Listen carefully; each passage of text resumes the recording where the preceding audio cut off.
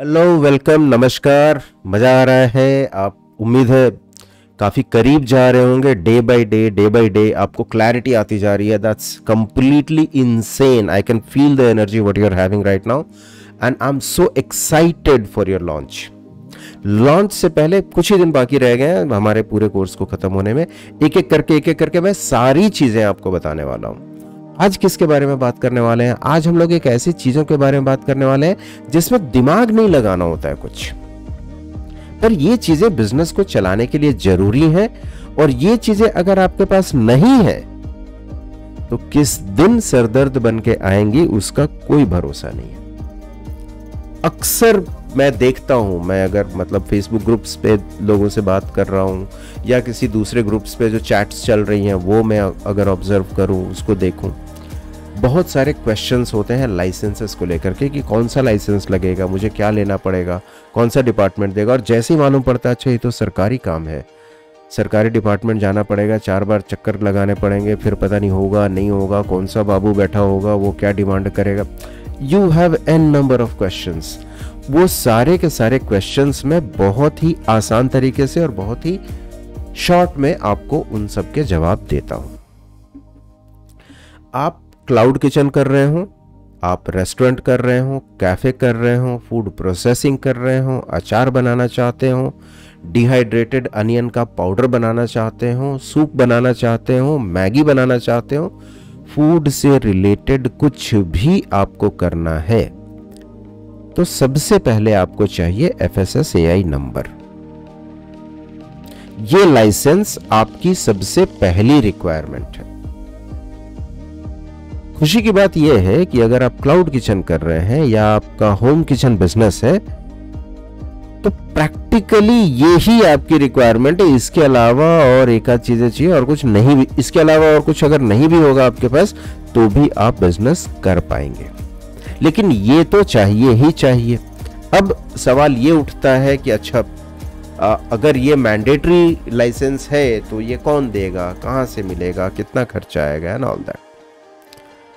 ये भी मैं आपको समझाता हूं। FSSAI का एक वेबसाइट है, उस वेबसाइट पे स्टेट वाइज अलग अलग कैटेगरीज हैं। किस तरह का फूड बिजनेस करना है उसके अलग अलग कैटेगरीज हैं। आप ऑनलाइन एप्लीकेशन भर सकते हैं, आप ऑनलाइन सबमिट कर सकते हैं।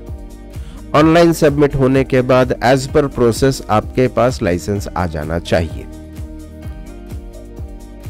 मेजॉरिटी ऑफ द केसेस में लाइसेंस आपके पास तुरंत नहीं आता है, but the good thing is if you are running a small setup जहां आपका एनुअल टर्नओवर 12 लाख से नीचे होने वाला है, आप शुरू कर रहे हो ना, आपको खुद ही नहीं पता एनुअल टर्नओवर कितना होगा, क्या होगा। सो अज्यूम करता हूं कि आप सबसे पहला एप्लीकेशन डालोगे 12 लाख से नीचे एनुअल टर्नओवर वाली कैटेगरी में।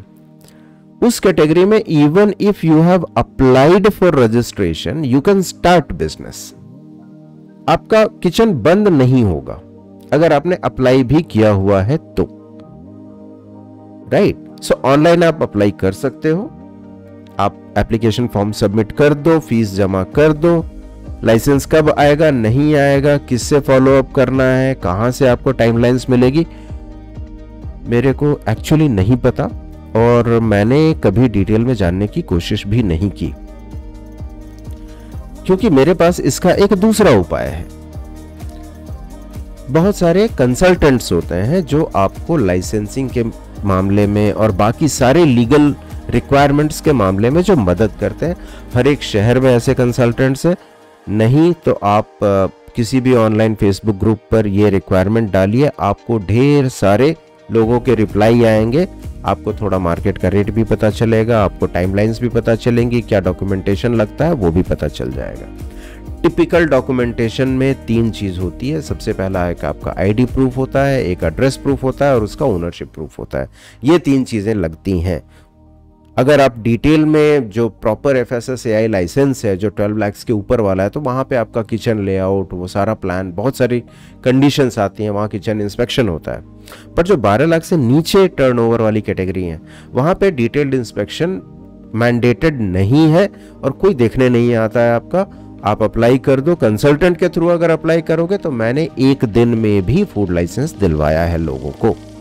मैं कंसल्टेंट नहीं हूं, मैं ये काम नहीं करता हूं, बट मैं ऐसे लोगों को जानता हूं जो ये करते हैं। जब मुझे मदद की ज़रूरत होती है, मेरे किसी रेस्टोरेंट को लाइसेंस चाहिए होता है, तो मैं उनको अप्रोच करता हूं, उनकी एक फ़ीस है, वो लाइजन करते हैं जो भी रेलिवेंट अथॉरिटीज़ हैं उनके साथ में, और वो सारा काम क्लियर करा के देते हैं। और क्योंकि आपके बिहाफ में वो दौड़ भाग कर रहे हैं, तो ऑफ कोर्स थोड़े बहुत चार्जेस होंगे, बहुत ज़्यादा चार्जेस नहीं होते हैं, अनरीजनेबल चार्जेस नहीं होते हैं, विद इन द लिमिट्स होते हैं। ये बहुत बड़ा एक्सपेंस नहीं है आपका।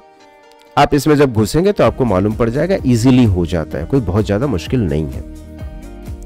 अगर आप रेस्टोरेंट कर रहे हो या आपने कोई शॉप ली है, तो वहां आपको कुछ पार्ट्स ऑफ इंडिया में उसको गुमाश्ता धारा कहते हैं, कुछ पार्ट्स ऑफ इंडिया में वो होता है शॉप्स एंड एस्टैब्लिशमेंट एक्ट का सर्टिफिकेट, कि हाँ ये मेरी दुकान है, मैंने इसको खरीदा है या मैंने इसको लीज पे लिया है और मैं यहाँ पे बिजनेस करने वाला हूँ। ये भी म्यूनिसिपैलिटी से ही आपको इश्यू होता है, ये भी वही कंसल्टेंट आपको अरेंज करा के दे सकता है with in 2-3 days. GST certificate, आपका जो बिजनेस है, आपके बिजनेस का रजिस्ट्रेशन, आप अगर सोल प्रोप्राइटर हो तो आप उसको सोल प्रोप्राइटर के रूप में रजिस्टर कराओगे। आप एक लिमिटेड कंपनी बनाना चाहते हो, प्राइवेट लिमिटेड कंपनी बनाना चाहते हो, पार्टनरशिप फर्म बनाना चाहते हो, it is your call. But जो भी आपने बिजनेस बनाया उसका एक जीएसटी नंबर होगा। आप जो भी ट्रांजैक्शन करोगे आपका एक जीएसटी नंबर होगा जो आप मेंशन करोगे।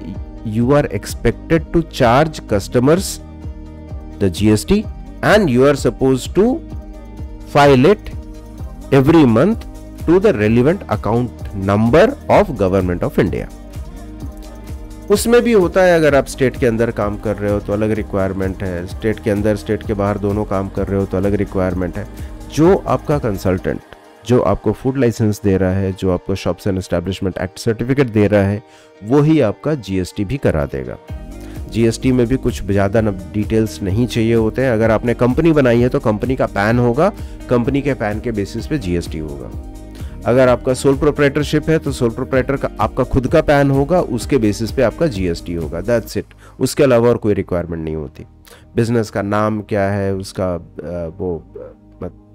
किस नाम से किस जगह पे कर रहे हो, वही सारी बेसिक डिटेल्स होती हैं। और ये सब जब हो जाए तो इट इज एडवाइजेबल कि आप बैंक में बिजनेस के नाम पे एक करंट अकाउंट खुलवा लीजिए। जरूरी नहीं है कि आपका करंट अकाउंट ही हो, बिजनेस के नाम पे ही हो। अगर आप सोल प्रोप्राइटर हैं तो सोल प्रोप्राइटर के केस में चाहे वो आपका पर्सनल अकाउंट हो या बिजनेस के नाम से करंट अकाउंट हो, practically and legally it doesn't matter much, right. But अगर आपका पार्टनरशिप फर्म है या आपका प्राइवेट लिमिटेड अकाउंट है या एलएलपी है, तब आपको डेफिनेटली एक फर्म के नाम से करंट अकाउंट खुलवा लेना चाहिए। उसका सिग्नेटरी कौन होगा, उसका चेक कहाँ पे जाएगा, उसका ट्रांजैक्शन कैसे होगा, ये सारी चीज़ें आपको समझ लेनी चाहिए। इसके अलावा उद्योग आधार एक होता है, जैसे हमारा एक पर्सनल आधार नंबर होता है, तो जितने बिजनेस हैं उनका एक उद्योग आधार नंबर होता है। मैंडेटरी नहीं है, लेके रख लीजिए। These are good things to have, you know, so that आपको कोई हेडेक नहीं है कल बिजनेस करने में। आपने जीएसटी ले लिया, शॉप्स एंड एस्टैब्लिशमेंट एक्ट ले लिया, एफएसएसआई नंबर है आपके पास, उद्योग आधार है। अगर आपके शहर में फायर डिपार्टमेंट का एनओसी रिक्वायरमेंट है तो आप फायर एनओसी ले लीजिए। वो डिमांड करते हैं कि आप ये एक्सटिंग्विशर लगाओ, आपका ये एग्जिट प्लान होना चाहिए, इमरजेंसी एग्जिट प्लान होना चाहिए। सो जो आपका कंसल्टेंट है ना, वही आपको बता देगा कि आपके शहर में कौन कौन सी चीज़ें सबसे ज़्यादा एप्लीकेबल हैं और कहाँ कहाँ से वो लाइसेंस मिलेगा, एंड मोस्ट इम्पॉर्टेंटली कितना खर्चा आएगा। आप ये तीनों चीज़ें समझ लीजिए, ये काम करा लीजिए। इसके लिए आपको दौड़ भाग करने की कोई ज़रूरत नहीं है। आपके शहर में अगर ट्रेड लाइसेंस एप्लीकेबल है तो ट्रेड लाइसेंस भी ले लीजिए। एक बार आपने ये डिसाइड कर लिया कि ये डॉक्यूमेंटेशन चाहिए, आपने किसी कंसल्टेंट को पकड़ लिया, उसको पैसे दे दिए, वो काम करा के दे दिया, तो ये आपका हैंड्स फ्री जॉब है। आप कुछ नहीं कर रहे हो, आपके बिहाफ में कोई कंसल्टेंट इसको फैसिलिटेट करके आपको दे रहा है। पर ये चाहिए, बिजनेस लॉन्च होने से पहले चाहिए। इसके बारे में इससे ज़्यादा चिंता करने की कोई आवश्यकता नहीं है। ये एक स्ट्रेटेजिक डिसीजन नहीं है, ये लीगल रिक्वायरमेंट है। आप बिजनेस कर रहे हो इंडिया के अंदर में, तो इंडिया के अंदर में ये बिजनेस की रिक्वायरमेंट है।